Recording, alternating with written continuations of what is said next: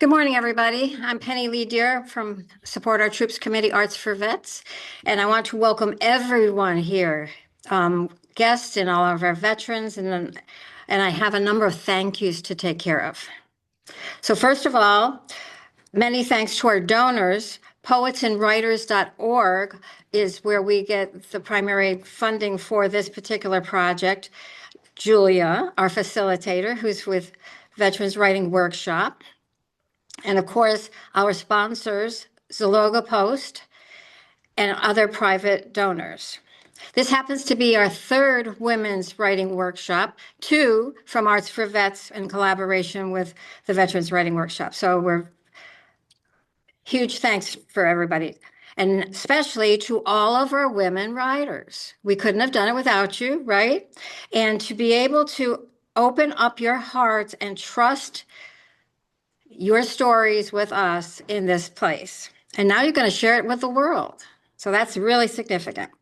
In the meantime, during this whole conversation, we'll be putting in the chat box for anybody who comes along that we'll have a couple of links where you can buy the books. They make great gifts. They're $20. If you want to donate for additional writing workshops, there'll be links for that. And I'm going to introduce Melissa Sears. Hi, I'm Melissa, Marine Corps veteran. Uh, was a truck driver, North Carolina, Japan, and 29 Palms. Did my 4 and got the hell out. And now I use my writing as therapy. The artwork that is with my writing on page 5 and page 68 is my artwork that I put along with it. So just so you guys know. The first piece is called Embrace Tranquility, and I wrote that to actually go with the piece of art. Penny had asked me for a piece of writing and I didn't have it, and it actually just came to me like I don't know how it works. It's really weird, but okay, here we go. It's called Embrace Tranquility. Equine therapy is holistic and healthy, a natural cleansing for your aching soul. You hesitantly enter the session, anxious, stressed out, empty, and cold. Only somehow you emerge on the other side, feeling nurtured, zen, grounded, once again healed and whole. Open wide your mind to the blissful, beautiful, and endless possibilities, for now you can understand, accept, and embrace a real tranquility. My neurospicy anthem, which, and I think this is really funny. I just got an email from Songwriting with Soldiers, and I got an interview in March. So this might actually get put to music. So we'll see, we'll see. This is called Neurospicy Anthem. Why does the big light make me cringe? Why is it only the big spoon will do when it's time to binge? Why does rejection hurt me so? Why did the simplest of sounds make me want to explode? Too many people are crowded around me, my senses overwhelmed, overstimulated. I just need to go. I try making eye contact and not to interrupt, only there goes those rabid squirrels again, uncontrollably and abrupt. Rabid and rampant, rubbing, loosening my mind, millions of ideas, thoughts, and feelings. I simply erupt. Why do I die inside when you take too long to talk? Why can't you just know what you want, move with intention, and hurry your damn walk? I frequently wholeheartedly mean to text or call, but then forget altogether for no rhyme, clue, or reason at all. Yeah, I'm disabled and bent, but I'm not down for the count. If that's what you think, you should get knocked the fuck out. Why can't anyone just understand? There are just certain times I need a helping hand. I'm not asking for sympathy, a break, or pity. I love to get jumped to the nitty gritty. I'm willing, determined, and capable of completing the task. So all I need from you is to politely ask. With simple modifications, support, understanding, and patience, I can do anything you can do too. So please, don't look down on me the way that you do. And that's it. Nicely done. Nicely done. Thank you. My name's Beth. You was in the Air Force and I met Penny at the VA before Arts for Vets, from the program that Arts for Vets came from. Anyhow, here's my oh, this is success. As I listened to a YouTube video while on my vibration board this morning, something the presenter said struck me as valid and was worth contemplating. It reminded me of a low time in my life and how I turned it around. The presenter had asked about the meaning of success. We are asked by family, friends, and teachers, mentors all the time. We're asked questions by all these people all the time. As children, we are asked sometimes multiple times a month, what do you want to be when you grow up? The most important question that should be asked is, what is your definition of success? I was actually asked this question by a mentor when I was in my late 20s. My initial response was something like getting promoted to E8, retiring from the military, and getting a job at NSA, National Security Agency. I was told to go home and really think about the question. I spent a week asking myself that question. And this following is a paraphrase of my definition of success. Success is waking up, looking in the mirror, and truly liking the person who is looking back. I went back to my mentor and asked if this was more to their liking, and I was told the definition felt more authentic. And then they asked, do you feel successful? My answer was no.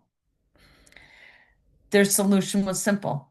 Write the definition on multiple 3x5 cards.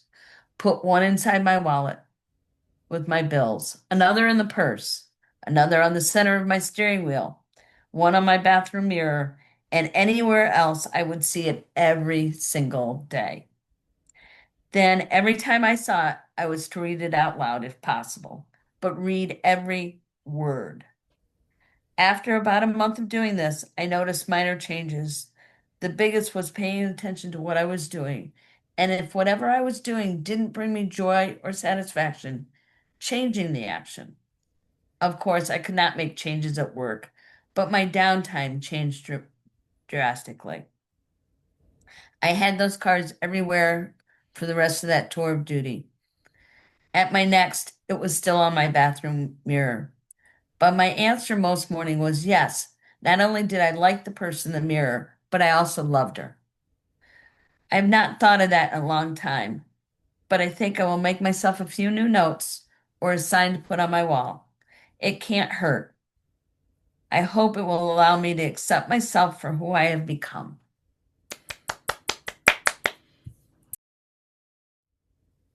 And that was at a time when I was really, really low. And going through my first divorce. And my only divorce, but it was my first divorce. And I would look in the mirror and not like who I saw. And I think we all go through periods like that, where we don't like who we see. Maine vacation 2025.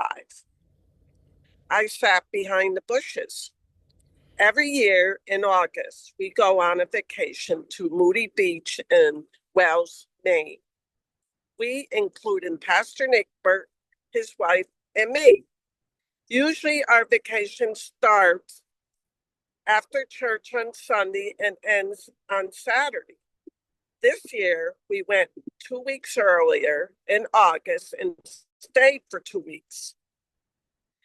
The first week, Pastor Nick Bert's family came down for the week. They stayed in a cabin and we had one also. The weather was very nice, so we could enjoy the beach in the water.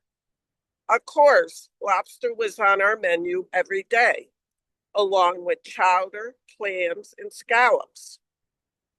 I always enjoyed walking along the ocean while at the beach.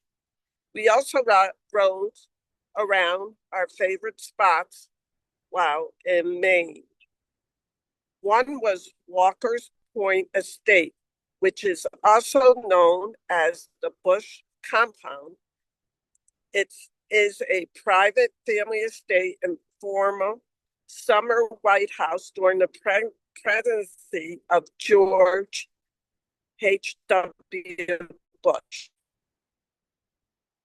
This is in Kennebunkport, Maine. Many stop and park cars across the water from the compound and watch to see what's happening. Years ago, we were watching in a red convertible, top down, drove out of the compound. I said, this must be Jimmy the Boots.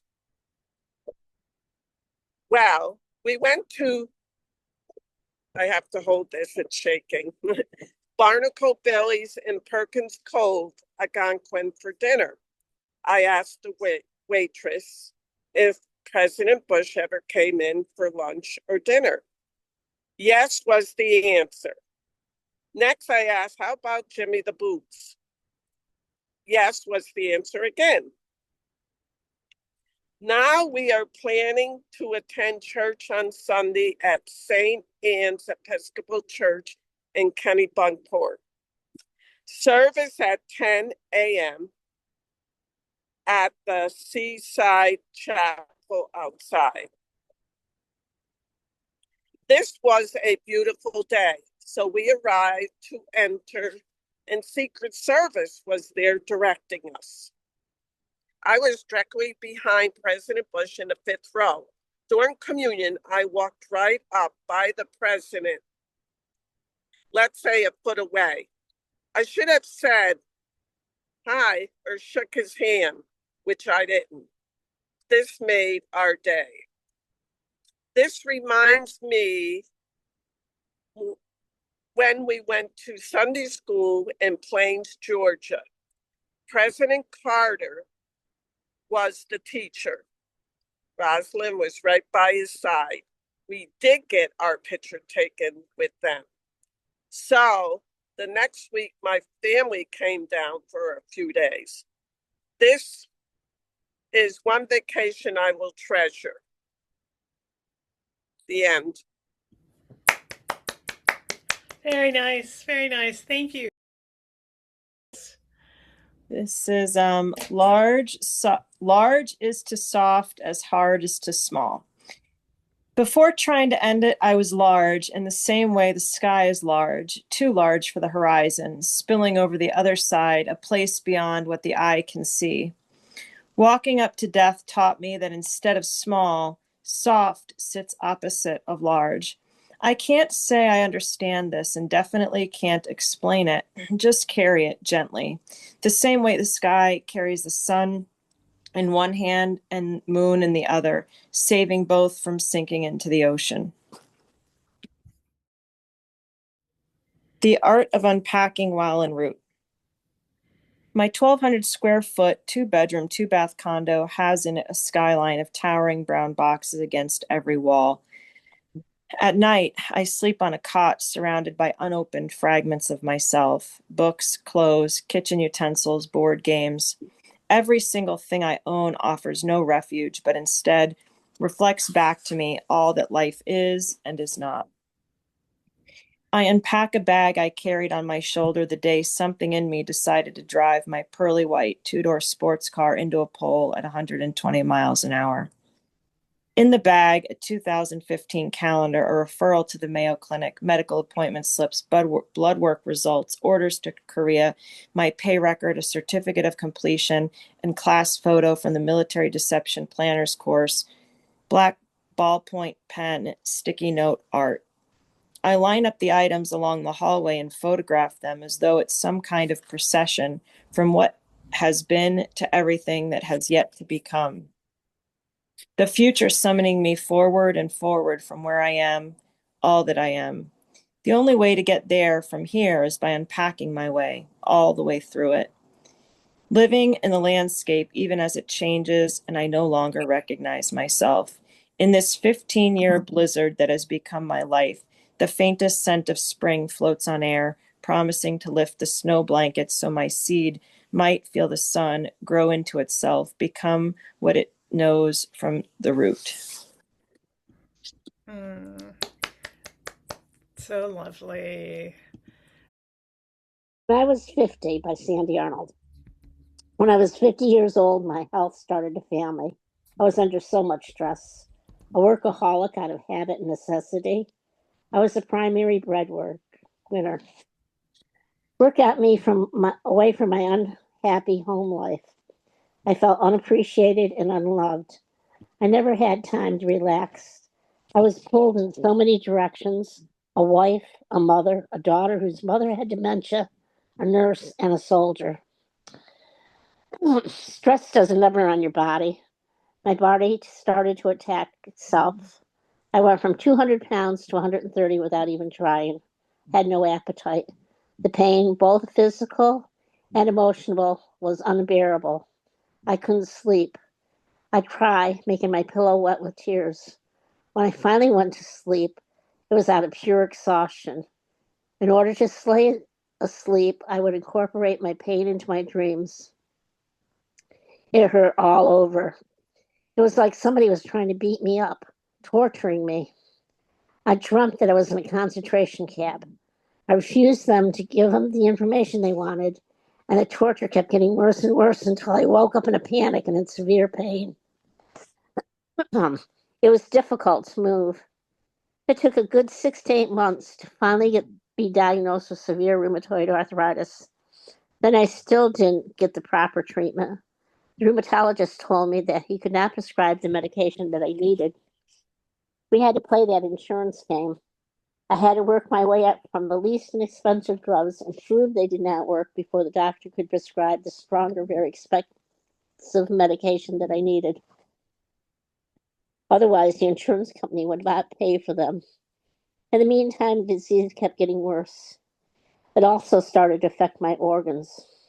I didn't even know that you could get arthritis in your lungs.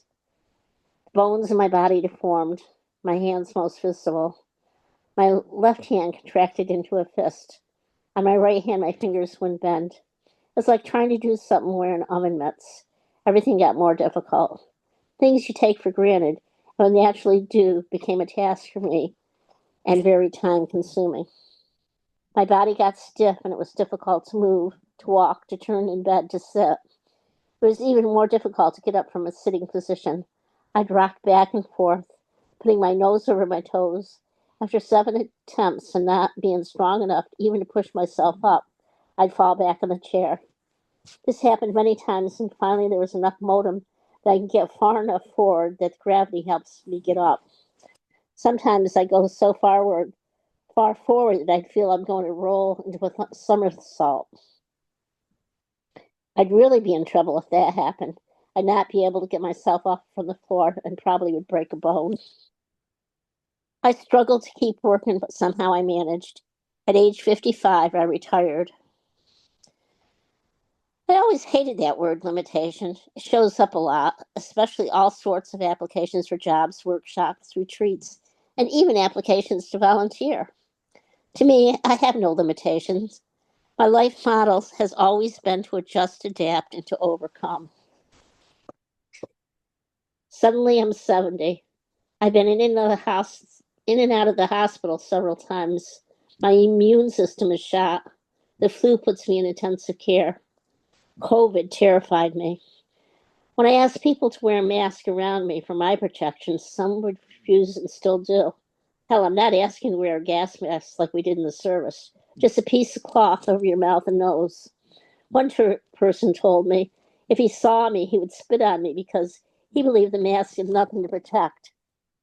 He was also a Trumper, which I'm proud to say I'm not. I respect your rights, and I'm just asking you to respect mine. You have the right not to wear a mask, the right to vote for whoever you want, but you do not have the right to spit on me or attack me with your words. For my health and sanity, stay away. I also lost so many friends and family during this time. I've learned to avoid stress, to take time for myself, to meet up with friends and try new things. I go on health retreats usually 1 to 3 times a year.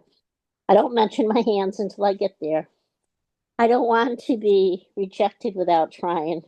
We'll figure it out, a way to make it work once I get there. Limitation has a new meaning for me. It's not that I can't do one. I'm letting others know so that accommodations can be made so that I can do it. I've learned time is precious and limited. I gratefully accept help Why get frustrated and tired out struggling to do something that takes me 20 minutes and when to do when it takes you only 20 seconds? Currently, I'm working with a group of veterans. Each of us are building a kayak. Mine is going to be tandem, a two-seater. I want other disabled veterans to be able to use it too. We get to keep the kayak when we're done. We're about halfway there. I'm not sure I will keep mine. It's very heavy since it's made out of wood. I may just donate it so other disabled veterans can use it. We had to change our launch date several times for reasons out of our control. There's still work to be done on the kayak, but we'll get it done. It's now going on almost 4 years. In that time, I've gotten so much more than a kayak. I've been treated with respect, kindness, and dignity. I feel a sense of belonging and purpose and pride. I value the friendships that I have made, and I am forever grateful for support and help that I received. Rheumatoid arthritis is a disease that sneaks up on you. Sometimes I find that things I could do last week, I can no longer do. My goal is to stay as independent as possible and out of nursing home as long as possible. No matter how I tried, will I always need some help. My daughter has always been there for me. She helps me in so many ways. I'm so thankful for her. I hope she knows how much I appreciate her. Thank you for all you do, Elizabeth. Oh, thank you, thank you. And Was Lost by Penny Lee Deer. Was I lost? Is that why I joined the military? In search of what? I come from a tiny little town in upstate New York, lovely country, farmland to be sure, God's country. I was told I was not college material. It's a good thing I didn't listen to them. I went to vocational school for secretarial practice, realized that's not for me. If not that, what? I did not want to be old before my time. Thought about joining the Peace Corps. Some of the guys joined the armed forces, so I joined the Women's Army Corps. I was extremely naive, but determined. I knew when I left directly out of high school, delayed entry program, I would be gone for 20 years.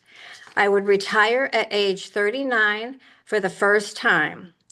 I had been taking orders for my first trimester. It was time for me to start barking them. I thrived. Indeed, I made strides. Little did I know I was a trailblazer. Interesting, isn't it? I felt lost looking for what? Looking back, I wonder if I was intuitive, looking for love and respect, adventure, my niche. I felt adrift, searching for something more. I left my family's homestead, a tomboy looking for, This country girl came back with little ones in tow, found that I was a strong leader, able to be a team player when needed, willing to help others, willing to help themselves. I will not enable. I once was told that I was worth the salt it took to plant me. I strive to survive. I try to learn something each and every day. I hope to be the best me, leaving the past where it belongs. I have times where I feel lost till the fine balance of life regains its equilibrium, brought back to homeostasis. I will rise above adversity, barriers, struggles. I have arrived with my tribe, with gratitude, and with dignity. Thank you. Beautiful. thank you, That was Penny. great. I love that one so much, and it goes back to our theme. The guests here might not know. The theme for the workshop was "We rise, we thrive, we strive, we thrive," and then there was a little added one with resilience together, and that Penny's piece really shows that in a lot. It's The Phoenix by Jill Hoffman. Spoke her story. You know that one? fair, resilient, 1, 2, 3. It was a torrential downpour, her hands out, raw, offering that place to spark. Never stop, prepared for the impossible, hold on to my voice. Just seemingly beaten, I feel warmth, a smile deep within my ashes, my wings aflame, in her eyes, we rise. We raise her up, we witness, we share. Are bonded, we shine. She is us. We are her. Her words fan the smolder. Gentle, steady puffs. Postured deep Vegas. Mindful yet natural and easy. Rosy lips speak her story. And her phoenix amber, soul tribe, we are the same. Wonderful, wonderful. So the applause for Jill. My name is Michelle. I'm an Army veteran. See Me was born out of frustration for the divisiveness in our society. So it begins with, please do not see me with eyes that have been tainted by this world. Instead, see me with your heart that should be filled with kindness and loving kindness and compassion. That was that one. And the second one is Thanksgiving Then and Now. Thanksgiving as a kid was magic in the making. Grandma, mom, and all the aunties cooking, pots clattering, ovens humming, smells dancing through the house, so rich they made your mouth water before you even reached the kitchen. Kids everywhere buzzing like honeybees, singing little church songs around the small table in the living room, our voices soft but full of joy. Men drifting in and out like the wind, Grandpa always carrying the scent of outdoors. Pine, soil, cold November air, as if the whole season followed him inside. Time has changed those memories, softened them and stretched them, tucked them into quiet corners of my heart. But back then, family was the foundation, the thing everything else stood on. Two tables now tell the story of how many generations we've become, from gray-haired grandmothers to bald-headed babies, all gathered in one room, laughing, loving, living, as if no time has passed at all. People leave us and memories fade at their edges, but the love stays, unshaken. It fills every empty seat, stands in every doorway, and blesses every Thanksgiving with the warmth of those who came before. Just glorious. That's just it has everything right in it. So much love and the generational, aspects of it. And My name's Debbie, Air Force, and I want to thank Penny and for just so many things. It just goes so far. And also Melissa and Michelle, who've made me feel very welcome in Art4Vets. This that I'm going to read about my body is focusing on the corporations, but the vulnerability that probably put me over was military sexual trauma. So I'm just going to read a little about that. Then I'm going to read about Art4Vets. Loving you footsies forever, so precious. I buy you presents that fit well and hug you gently. We've scampered the world happily, and now after all these years, our adoration goes on. No nasty bunions or disfiguration from shoes to fit big money's mold. I can't reach you well, so time to find somebody to cut your nails. Not looking for a petty with chemicals and shine, but a podiatrist to take care of your health and mind. But wait, my precious body, I did try to fit big money's mold. Today, they said thin, too thin. I said thinner, young, vulnerable. How could I know that this was a trap, a web of sorrow? Instead of yearning for peace, health, and instead of yearning for peace, health and strength, I yearned for food, sweet and soothing, a trickster. And now, though I yearn for peace, health, and strength, the trickster beckons, and I follow. Though my bones have become brittle and broken, I still follow the trickster. I am fighting and praying. And my poor jaw, ravaged from years of grinding, bone on bone, my teeth worn and flat, unable to draw nutrients properly, ruined by attacks on my body and soul. All I can do is fight for some repair and pray. I am fighting and praying. And I guess I just want to say to any young or not so young people that think they may be falling into that trap to get help early, and please ask your doctor about hormone replacement therapy. I'm just going to read a little bit about my first experience. And here we go. What was this art class for veterans right near my home? And how could I, who had never even decorated for the holidays, attend? I, with my social anxiety and other disabilities. Well, in I walk, and after a warm greeting, Penny Lee hands me some paint, a small canvas, and some cue words. Victor tells a few stories. I look down at my creation. Not bad. Victor asks for some help. From me. I can do this. I like it. The whole group is so kind.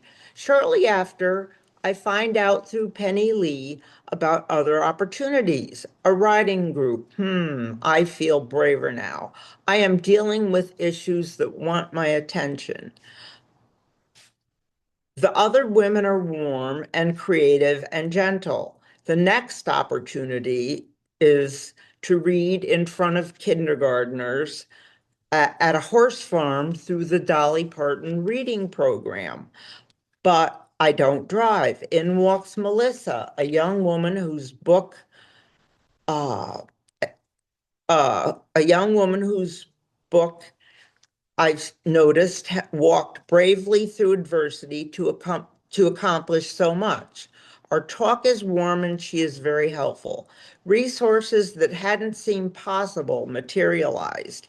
She also leads me to Michelle, who tells me about women's retreats and does so with strength and caring.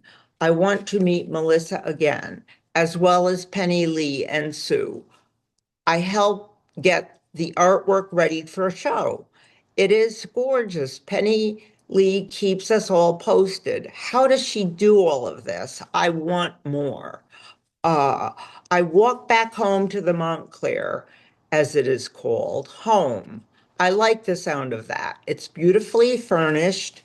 In addition to lovely decorations of a more permanent nature, seasonal and holiday decorations abound.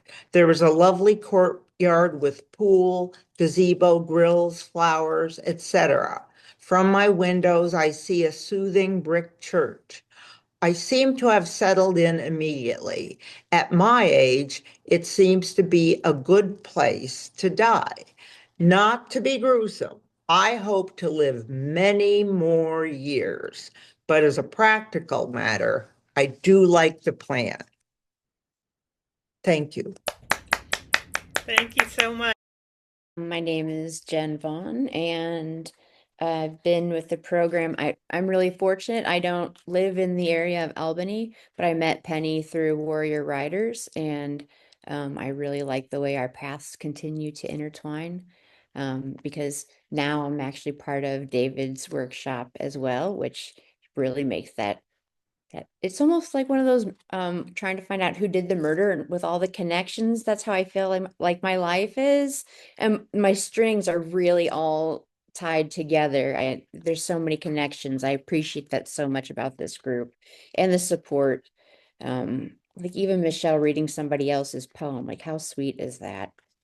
I'm going to read my poem, Your Presence Remains, on page 102. The photo in there is something I think Anne would like because it's a heart and nature. And I think of her almost every time I see them. And it's been years since we've talked about that, but It's another connection that I have, which I really love. I sit among fallen leaves, desiccated stems and sticks, once vibrant green, thriving. Crisp like the crust of freshly baked bread, broken open by a newly sharpened blade. Underfoot, an army of toasted brown hues resupplies nutrients to our deficient earth. Squirrels scurry, scraping sagging stomachs systematically among ancient roots. I follow the swish, swish, shiver of their silvering tails, seeking shelter and sustenance for the season ahead. Until church bells resonate in the distance, miles unmeasurable in my mind. The familiar feeling of chapels chastises me, and I return from the far-off place. In this moment, though impossible, I sense your serenity. I see your solemn face, etched in the season of letting go, for of course it is fall when we lost you all. My leaking lids remind me how healing it is to release sorrow. Your history is my present and will accompany me again tomorrow. Lovely, lovely, lovely. Ah, Mabel, feeling crazed, 1,000 moving parts, chaos inside and out. There is a seat, grand yet peaceful, sitting down the calm that comes as lines, dots, and squiggles transform into a melody. Your soul is transported. How can felt, wood, and metal create serenity? I get lost in the peace. The crazed chaos falls away. As my hands glide across the ivory, my heart is free. The house is joyful, love flows through each room. Even the wrong notes are sweet. Time falls away, replaced with tranquility. You speak to my soul. Many of you know I hiked the Appalachian Trail this year and carried dog tags and names of veterans and first responders who had committed suicide. One was a young man by the name of Kyle Joyce. He died in an unexplained single car accident at 19 in 1999. A friend of the family wrote a song using Penny Lee's words to honor his journey with me along the AT. His mom shared it with me, and I did this video to share my journey with Kyle. play.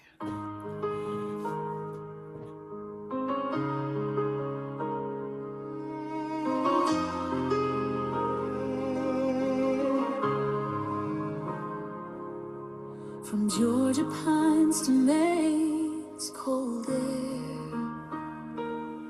there's a silver tag that's traveling there. With Kyle, Martin, Joyce, and Graves so true, a mother's love carrying him through. They call him Wile E. Coyote, my wandering son, gone too soon, but his journey's not done. Through the mountains and valleys, the rivers wide, Kyle walks with dog tag, side by side. Kyle's trail winds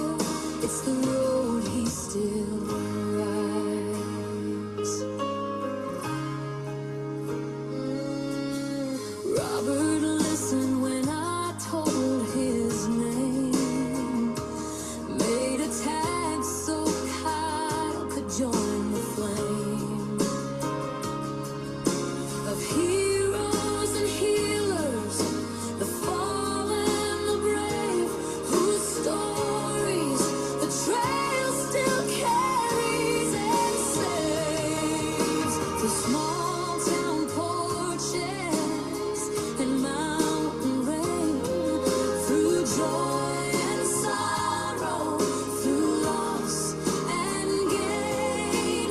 His name is spoken where the wild winds roam, until every summit feels like home.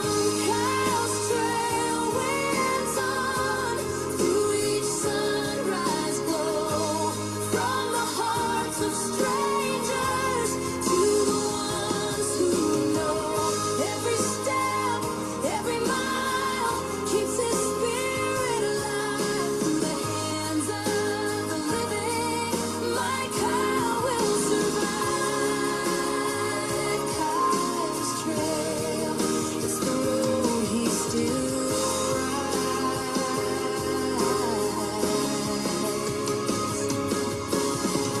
From Europe's fields to Korea's shore, from our family's travels to the places we adore. Now the AT holds his story near. With every hiker step, I feel him here. Cows trail winds on through each sunrise glow, from the hearts of strangers to the ones who know. Every step, every mile keeps his spirit alive, through the hands of the living. My cow will survive. Kyle's trail, it's the road he still rides. From Georgia pines to Maine's cold air, Kyle's still traveling, and I'll meet him there.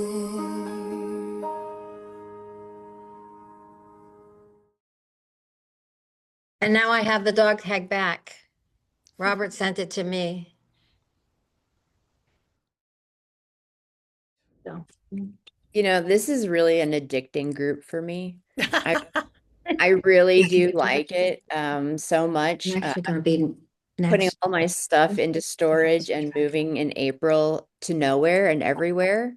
And this group really inspires me to do that with all of your stories. I'm gonna go create some more. The place to be determined. Oh my goodness. Oh, please do not lose us. We want to find where you are next.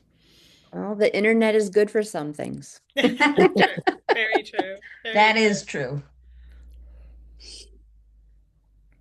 Yeah, we're going to be talking about doing another one. And I know that some of you are in David's group, and I'm really happy that that you get to experience that workshop because, it's a little different. And I think David's It's great. definitely He taught me different. everything I know. So, but we'll be doing the women's group again. Penny and I are going to talk about that very soon and try to get that going. So we'll get to do it again. So the people that couldn't come on as much, maybe you'll get to come a little more. Like Michelle, I usually come for 1 or 2 classes, and I love it. And I'm glad you do. But if you could make a few more, I would love it even more. And Sandy, you too. I know that you couldn't come to. What do you mean? Thank you. But, What do you mean? yeah. It's okay. Can I have my water? Yeah. And then, Reagan, I don't know, you'd be welcome to join us. So we'll keep you in the loop. I wanted to. It feels like it's back. I can't. Oh, I yes. wanted to say thank you to Beth for inviting me. She and I have been friends for so many years now. It's just, it's neat to hear another part of your life. I was super adjacent to it, but unaware of it, what was going on at the time. Yeah, nobody knew what was going on at the time that it was happening. It was like I walked into work one day and everybody was like, "What?" Mhm. And yeah, it was those years that Regan and I were together are some of the happiest times of my life and some of the saddest. Mm. and it's really weird because I was talking to Any good chance you can someone possibly? else, and she works with a lot of veterans, and she said that she has heard so many stories that some of the happiest times that have the best memories are also interlinked with some of the worst trauma that they've ever gone through. Mhm. Yep. Yeah. And it just, it's so true. But Okay, more writing fodder. I can see that. yes, more and more writing stories fodder of is that. right. Absolutely. So true. And I No, love and it I because actually that, had writing block last week. Yeah, no, I appreciate. Let me I'm see if I'm Rob, more oh, of a he's right there. storyteller than a writer Can you right hand me now. that But photo? you've got me to think about it, and there are some things that I've gone through. It's like I need to write those down. Don't know that anyone will ever read them, but I'd like to capture them just in case. well, that's one of the things the workshop is good for. Although, we actually publish a book and, and do this reading, which will go on YouTube so that people will see it. But it is so much about, what is memory? What are you remembering and where is it in your body? It's not just thoughts, it's not words necessarily until you start to Feelings. redo it, Yeah. And that's the glory of writing some of these stories is taking ownership and making them what you want them to be instead of owning you, which is what happens in a lot of trauma. Yeah. There's a podcast called The Telepathy Tapes, and it is fantastic.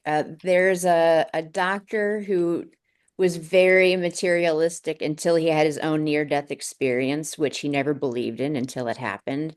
And he had recollection of a family member that he had never even met. He never knew of. And I know, Anne, you might have some similar like feelings on this, but the telepathy tapes, the first season is about kids with special abilities. But when adults who have been non-believers start to talk about how they go to these other places and they can't describe their feelings, that's I think what we're capturing here is what comes to our mind, and if we are lucky enough, we can get it out on a paper. Mm-hmm.